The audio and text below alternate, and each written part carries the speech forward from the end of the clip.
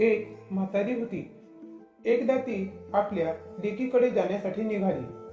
लेक राहायची दुसऱ्या गावाला.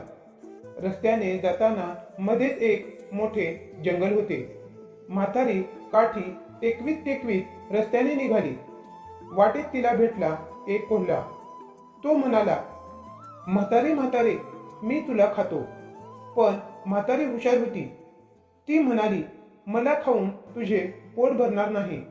त्यापेक्षा थोडे दिवस थांब. लेकीकडे जाते, तूप रोटी खाते, लठ्ठमुठ्ठ होते, मग मला खा. कोल्ह्याला म्हातारीचे म्हणणे पटले. म्हातारी पुढे निघाली. तिला भेटला एक वाघ. तो म्हणाला, म्हातारे म्हातारे, मी तुला खातो. त्याने डरकाळी फोडली. म्हातारी त्याला म्हणाली, मला खाऊन तुझे पोट भरणार नाही. त्यापेक्षा थोडे दिवस थांब. लेकीकडे जाते, तूप रोटी खाते, लठ्ठमुठ्ठ होते, मग मला खा. वाघाची अशी समजूत काढून म्हातारी पुढे निघाली. लेकीकडे गेली. ती खूप दिवस मजेत राहिली. खाऊन पिऊन लठ्ठमुठ्ठ झाली.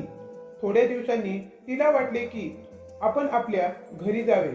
तेव्हा तिला आठवले की कोल्हा आणि वाघ आपल्याला खाणार आहेत. तिने हे सर्व आपल्या लेकीला सांगितले. मग लेकीने तिला जादूचा भोपळा दिला. आपल्या घरी परत येताना तिने एक मोठा लाल भोपळा घेतला. त्यात बसून ती भोपळ्याला म्हणाली, चल रे भोपळ्या, टुनुक टुनुक. भोपळा रस्त्याने निघाला. वाटेत वाघाने भोपळा पाहिला. तो म्हणाला, म्हातारी म्हातारी थांब. आतून म्हातारी म्हणाली, कशाची म्हातारी आणि कशाची कोतारी. चल रे भोपळ्या, टुनुक टुनुक. त्याबरोबर भोपळा जोरात पळू लागला. थोडं पुढे गेल्यावर वाटेत कोल्हा भेटला. तो म्हणाला, म्हातारी म्हातारी थांब. आतून म्हातारी म्हणाली, कशाची म्हातारी आणि कशाची कोतारी. कोल्ह्यानेही भोपळ्याला थांबवण्याचा प्रयत्न केला.